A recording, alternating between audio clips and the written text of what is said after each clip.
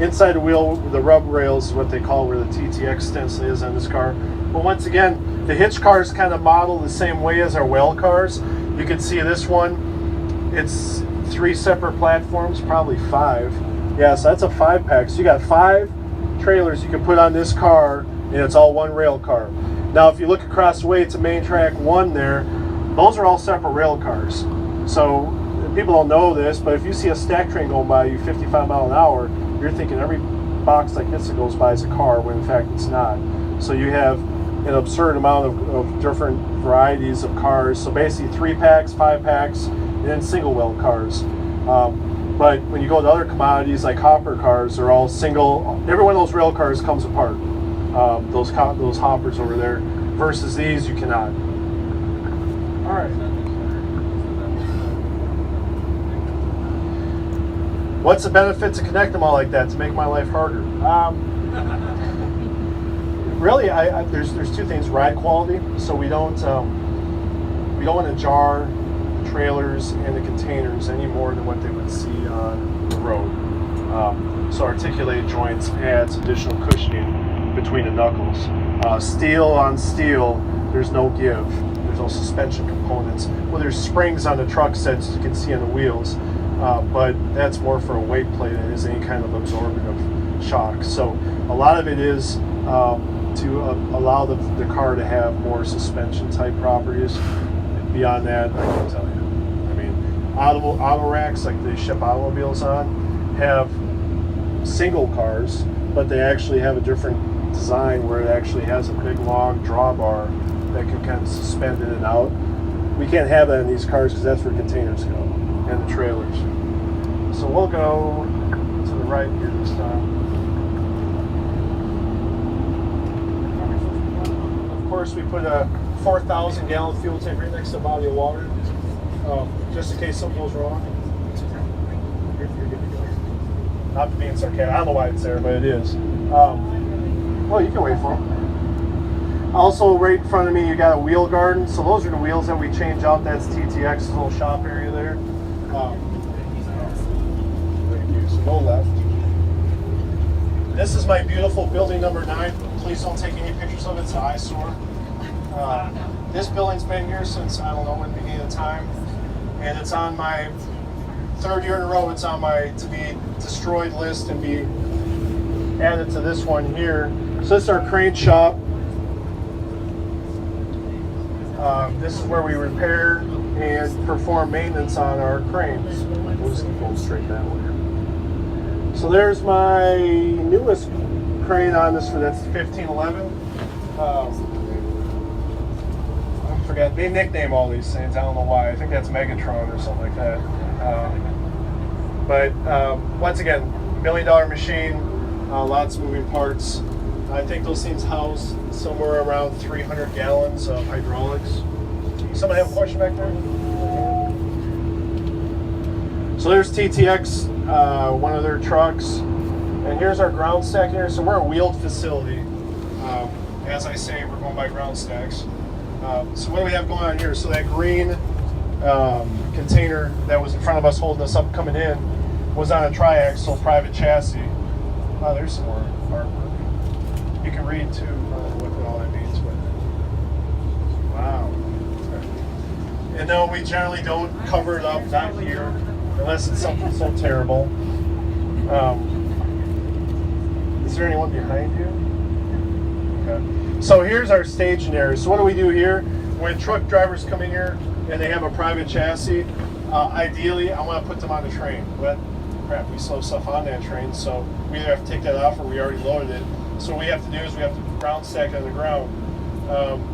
Every one of these boxes we're going to have to handle now twice. So the Rubik's Cube of my job is, how do I prevent from doing this? Because it's not efficient. We're multi-handling containers, which means we're upping the ante for possible incidents, accidents, or any number of problems. And not to mention, it'd be real nice just go right to the rail car. So this facility is 45 acres with about 10,000 feet of production track on the yard. And as you might imagine, a lot of times the gate does not cooperate with the actual rail car capacity we have. Guess what the name of that machine is? If anyone guesses, I'll buy you a beer. Come on. No, that's the brand name. That's Lieutenant Dan. He used to have legs, and I don't know what happened, but they took him off. So these guys are good. I mean, I finally learned. If you watch Demo Ranch, you might get that joke. Got Optimus, Lieutenant Dan, Megatron, Little Brother, Scrappy. Yeah, so I'm going to fail now because I can't remember the other 3. But we have 8 of them on property. Different makes, models, that type of stuff. Primarily Taylor equipment. So I go to bat for the facility. Right now, the average machine here is about 10 years old. When I came out here, it was about 17. So what I'm trying to do is, with the projected volume comes projected need. Well, y'all have vehicles on our side load. Any questions, sir? Something right here. Okay, well, I'm going to put 53 on top 220s. 2 things. So there's floor pins in the bottom of that well card at the 40 and 20 foot marks, and there are no ways to secure. So let's say we flip that around, because we could, right? It's 53 foot well. Let's say I took JB Hunt, put it on the bottom, and put the 20s on top. I can only secure the corners. So it looks crazy to the layperson, but mind you, that little overhang there is nothing compared to where it's actually stacked on. Those stacking posts are the structural integrity of that container. So we stack stuff on the ground all the time, being mindful that those are the contact points on the ground. So if we went to stack it on like a dip in the road, and the weight was on the very end points, that can actually collapse part of the container. That's how much weaker it is. So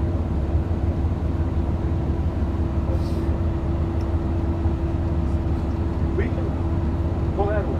Just keep going straight. So we're going to drive down towards, let's see, we got maybe 10 minutes. So to the right, you can kind of see the AGS. Now, if you look right now, the head of the bus is coming up to the out gate. So you got one portal, goes out to 2 lanes to get out to Pierce Butler. And then if you look at the in-gate side, you got one portal coming in with 3 lanes coming in. So the lane reduction is theoretically supposed to be because we have faster throughput. In and out, probably 400 or 500 each. So a total of 8,000. 24/7. 365, so we don't shut down unless there's a lightning storm or tornado. So what else? I guess we're going to chase that with the machine down there way over, because I'm doing a tour, so other cars can be from us. So behind me, we're going through some different parking areas. We got the chassis racks. So we have, right now I think we have about 500 to 700 chassis on property. 400 will fit in those racks there, which we just basically stand them under bumpers and put them in slots. So we mentioned about landing gear. We don't have problems with landing gear so much in the heat, it's more so in the cold. The problem with the design, I don't like these things. I like them because I can put a lot of chassis in them, but in the wintertime, when it gets cold, brake chambers at the tandems sit up like that. If there's any moisture, we get freeze thaw like we do all the time in Minnesota. Water goes down there, freezes, you put it back on the ground, the brakes will work. So it can be a big pain. So like that nonsense we just had, I want to know who troll slayers are. You see on rail cars all the time. I've never Googled it, but I'm curious. So if someone's bored wants to Google that. What is troll slayers? Oh, come on, Antonio.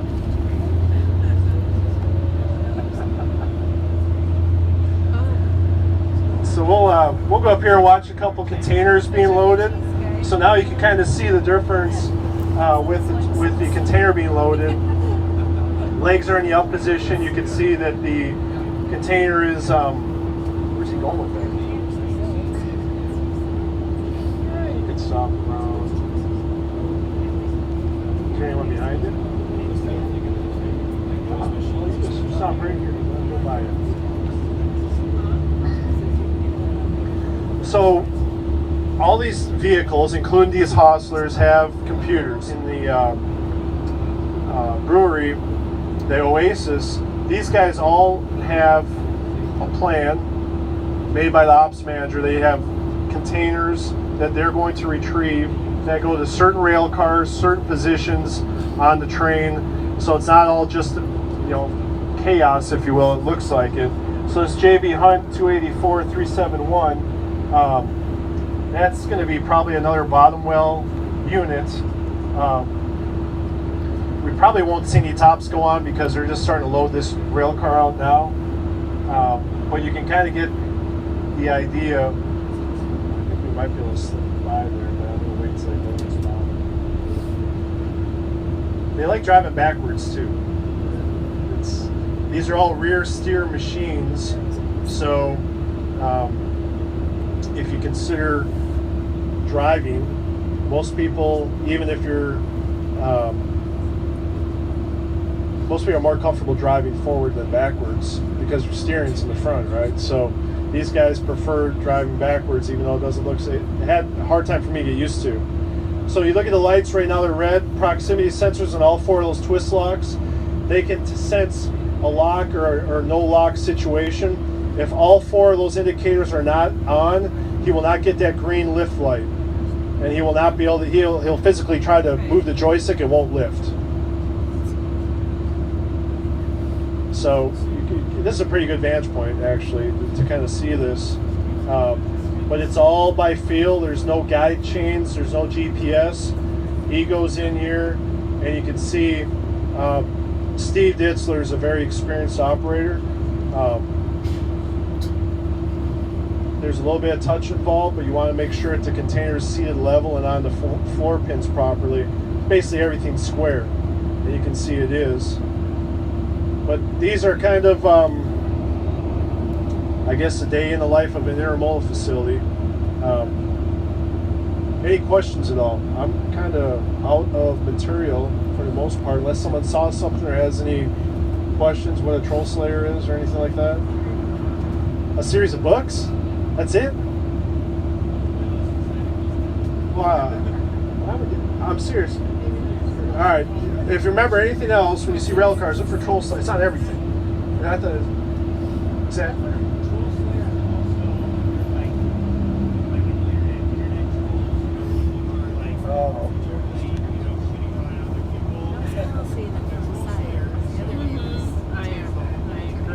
Oh.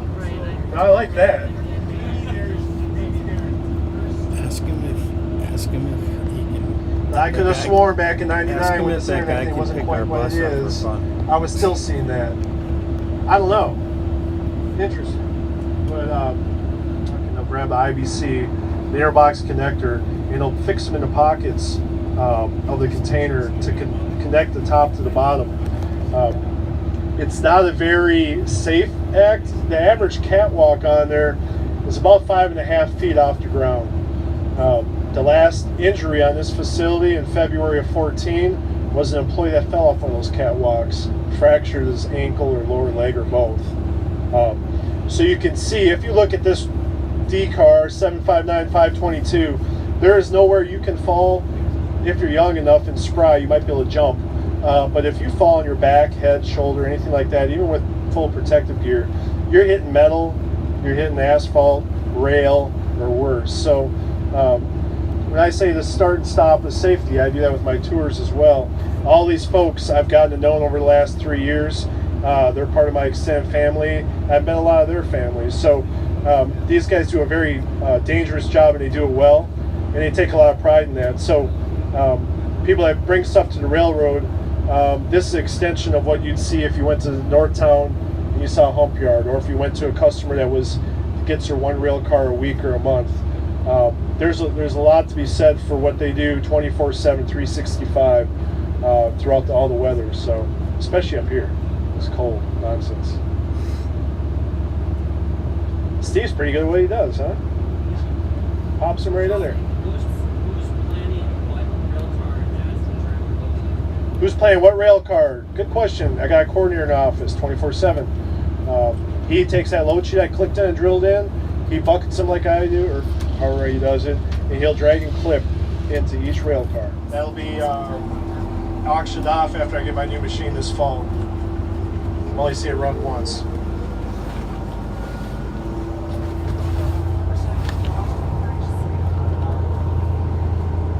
As far as I didn't for record it, but shipping, apparently people I do do actually not. rob these trains. I'm sure it's customer specific. I'm sure some stuff Yeah, goes there. people actually rob Chad, I these don't know if you trains. know, is there a premium for high value versus regular? There's gotta be. I don't know what it is, but I don't know. IDK.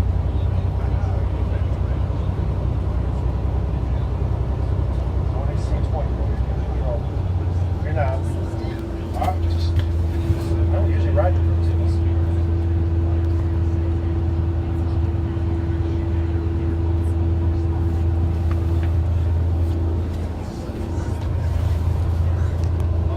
So if you do have any rail fans on this bus, I highly recommend if you ever are to Southern California, Long Beach, they have some real cool tours. The ports there, boat tours. It's real neat to see what the longshoremen do, offload and load the vessels. Also, any of my peers, LPK, in Kansas City, Logistics Park, Chicago. We do customer tours. Let's stay right here. We do customer tours quite frequently, but the wide span cranes, I don't joke around about it, but I had my two previous facilities had the overhead cranes. We saw a lot of customer tours. There's a lot of interest in that. Just that thing's ready to go.